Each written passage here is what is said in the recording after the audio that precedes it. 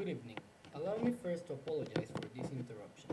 I do, like many of you, appreciate the comforts of everyday routine, the security of the familiar, the tranquility of repetition. I enjoy them as much as any bloke.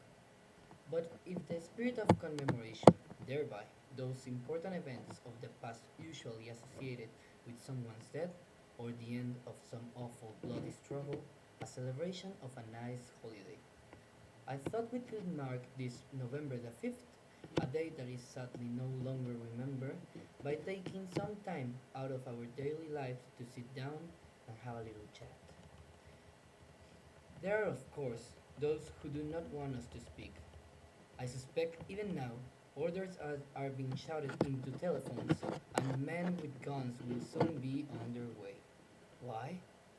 Because while that function may be used in lieu of conversations, words will always retain their power.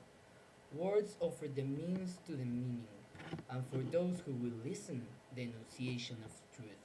And the truth is, there is something terribly wrong with this country, isn't there?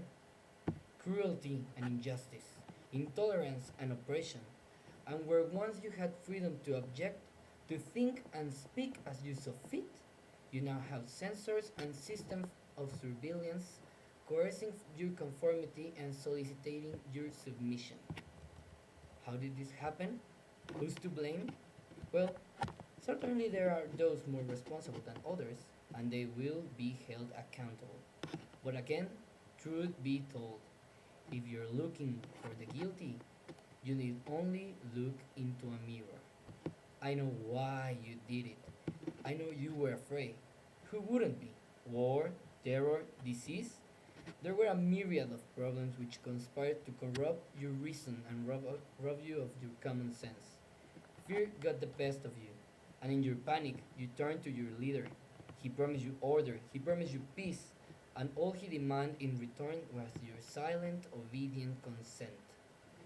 Last night, I sought to end that silence, to remind this country of what it has forgotten. More than 400 years ago, a great citizen wished to embed the 5th of November in our memory. His hope was to remind the world that fairness, justice, and freedom are more than words, they are perspectives. So if you see nothing, if the crimes of this government remain unknown to you, then I suggest you allow the 5th of November to pass unmarked. But if you see what I see, if you feel as I feel, and if you would seek as I seek, then I ask you to stand beside me 1 year from tonight outside the gates of Parliament, and together we shall give them a 5th of November that shall never, ever be forgot.